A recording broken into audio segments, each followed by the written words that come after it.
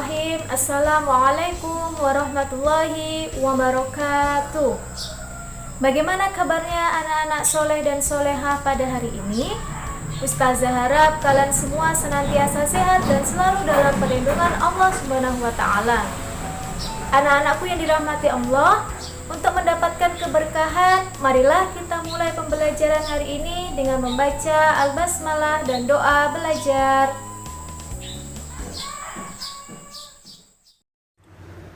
Doa sebelum belajar. Bismillahirrahmanirrahim. Rabbi zidni ilma warzuqni fahma. Amin. Dalam video pembelajaran kali ini, kita akan belajar tema 6, subtema 1 tentang aku dan cita-citaku. Tujuan dari pembelajaran hari ini adalah yang pertama, siswa dapat mengetahui siklus hidup beberapa jenis makhluk hidup. Yang kedua, siswa dapat memahami makna puisi. Dan yang ketiga, siswa dapat memahami tinggi rendahnya nada. Apakah kalian sudah mempunyai cita-cita? Semua anak pasti memiliki cita-cita yang hebat. Cita-cita bukan hanya terkait dengan sebuah keinginan atau khayalan, namun lebih dari itu. Cita-cita adalah sebuah tujuan hidup. Cita-cita dapat disebut juga sebagai sebuah impian. Terdapat berbagai jenis cita-cita, di antaranya masinis, insinyur, presiden, pelukis, polisi, guru, dokter, penyanyi, penulis, dan masih banyak lagi.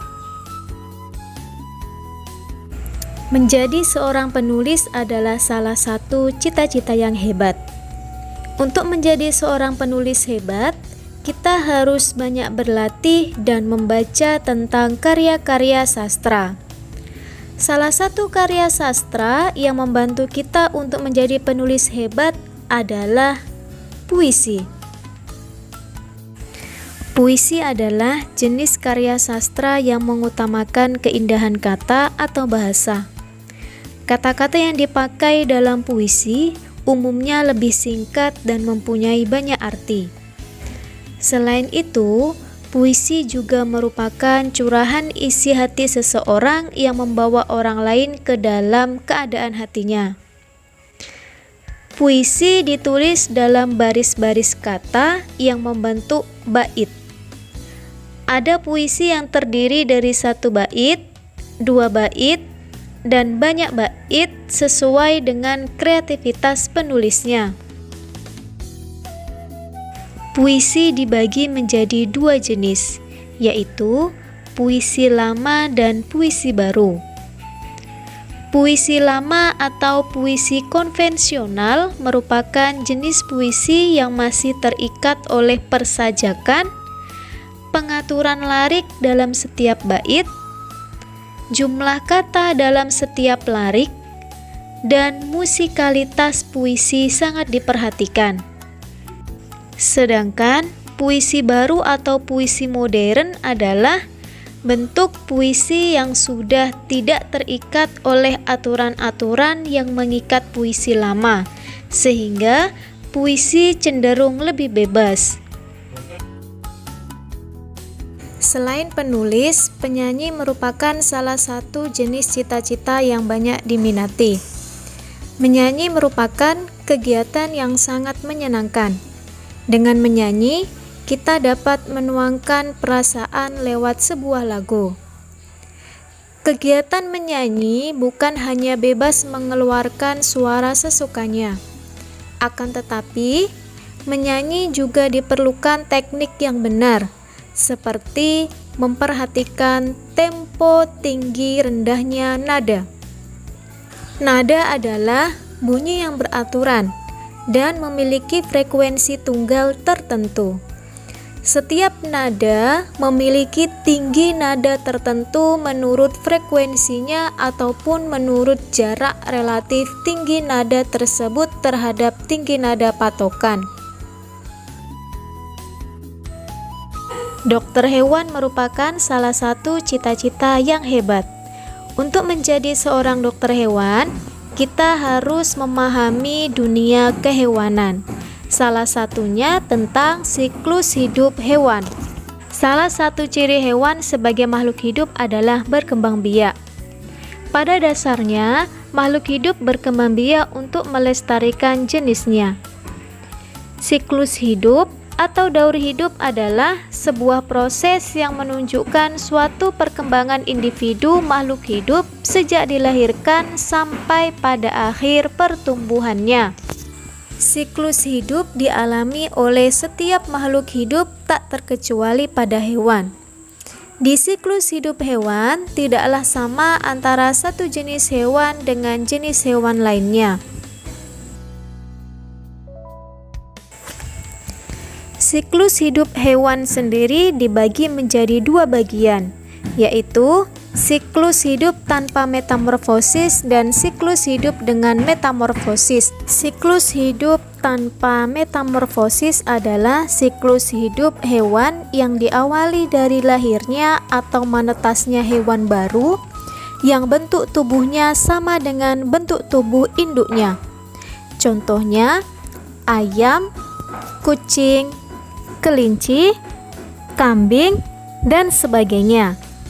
Sedangkan siklus hidup dengan metamorfosis adalah daur hidup hewan yang terlahir dengan bentuk yang berbeda dengan induknya dan mengalami perubahan bentuk yang bertahap hingga dewasa. Contoh, kupu-kupu, katak, nyamuk, dan lain sebagainya. Perhatikan contoh siklus hidup hewan di bawah ini. A. Tanpa metamorfosis. 1. Kucing. Siklus hidup kucing dimulai dari anak kucing. Kemudian yang kedua, kucing muda. Dan yang ketiga, kucing dewasa. Selanjutnya, siklus hidup ayam. Siklus hidup ayam dimulai dari induk ayam bertelur. Kemudian yang kedua, telur akan membentuk embrio. Dan yang ketiga, telur akan menetas. 4. Anak ayam. Dan yang kelima, ayam dewasa. B. Dengan metamorfosis. A. Belalang. Siklus hidup belalang dimulai dari telur. Kemudian nimfa atau belalang muda. Dan yang ketiga, imago atau belalang dewasa. Siklus hidup lalat. Siklus hidup lalat dimulai dari 1. Telur, 2. Larva atau ulat, 3. Pupa atau kepompong, dan yang keempat, lalat. Harapan dan cita-cita selalu ada bagi orang yang percaya dan selalu bersemangat. Hadapi setiap tantangan dalam hidup dengan niat mencari ridho Allah Subhanahu wa Ta'ala. Lakukan usaha semaksimal mungkin sesuai kemampuan disertai dengan doa.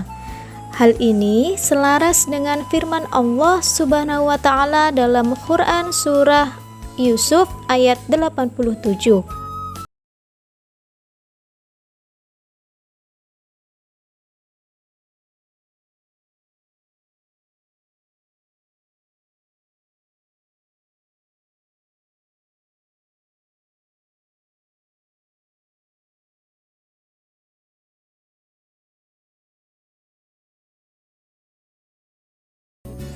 yang artinya, jangan kamu berputus asa dari rahmat Allah, sesungguhnya tiada berputus asa dari rahmat Allah melainkan kaum yang kafir. Itulah materi pembelajaran kita hari ini. Semoga Allah memberikan kita semua kemudahan untuk memahami materi tersebut. Marilah kita bersama-sama mengakhiri pembelajaran kita dengan membaca istighfar 3 kali. Astaghfirullahaladzim, astaghfirullahaladzim, astaghfirullahaladzim. Dilanjutkan dengan bacaan hamdalah, alhamdulillahirabbil alamin, dan doa penutup majelis. Doa penutup majelis. Bismillahirrahmanirrahim. Subhanakallahumma wa bihamdika ashhadu an la ilaha illa anta astaghfiruka wa atubu ilaik. Amin. Demikian yang dapat Ustazah sampaikan. Kurang dan lebihnya mohon dimaafkan. Wabillahi taufiq wal hidayah. Wassalamualaikum warahmatullahi wabarakatuh. Sampai jumpa di video selanjutnya.